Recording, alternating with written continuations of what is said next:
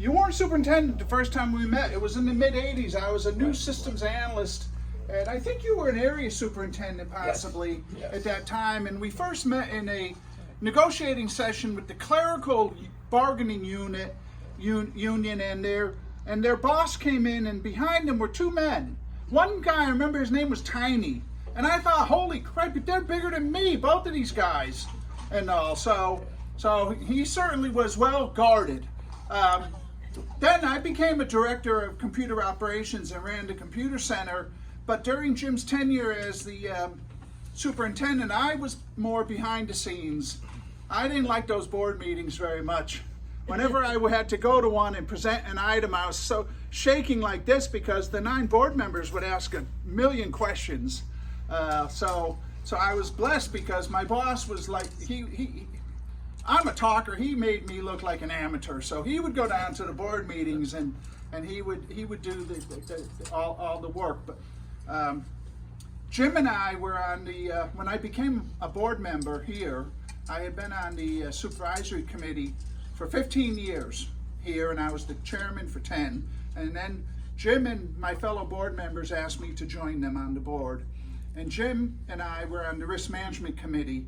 And so we went, the two of us, without my wife and Judy, and just the two of us went to a conference in Phoenix together. And so for 4 or 5 days, we and the material was so hard. Oh my gosh, risk management's like walking through quicksand. But we did it, and we really became good friends. And we ate lunch and dinners together. And so I learned all of, about Jim's life, and he found out about my family. And so from that point on, we were very good friends. Jim was a mentor when I first joined the board, and he guided me, and he would tell me, give me advice, some of the best advice I ever received, and inspiration to me as well. I'm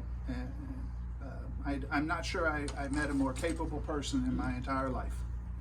And if you want some evidence of the work he has done here, just look at the growth of this credit union in the years that he's been on the board, along with our fellow board members.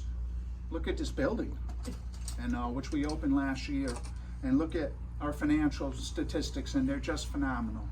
And so it's a tribute to Colin, our chairman, to Jim, our vice chairman, now emeritus, and all the other board members and supervisory committee and all the staff that are in this room.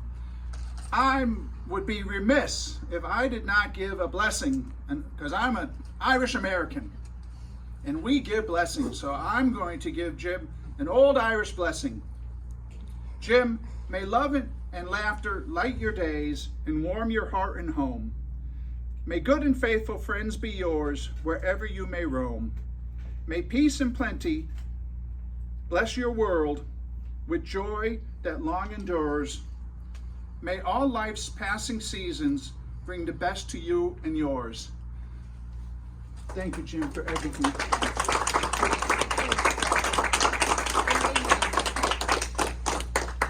All right, back to the music and cake. Go back to eating it.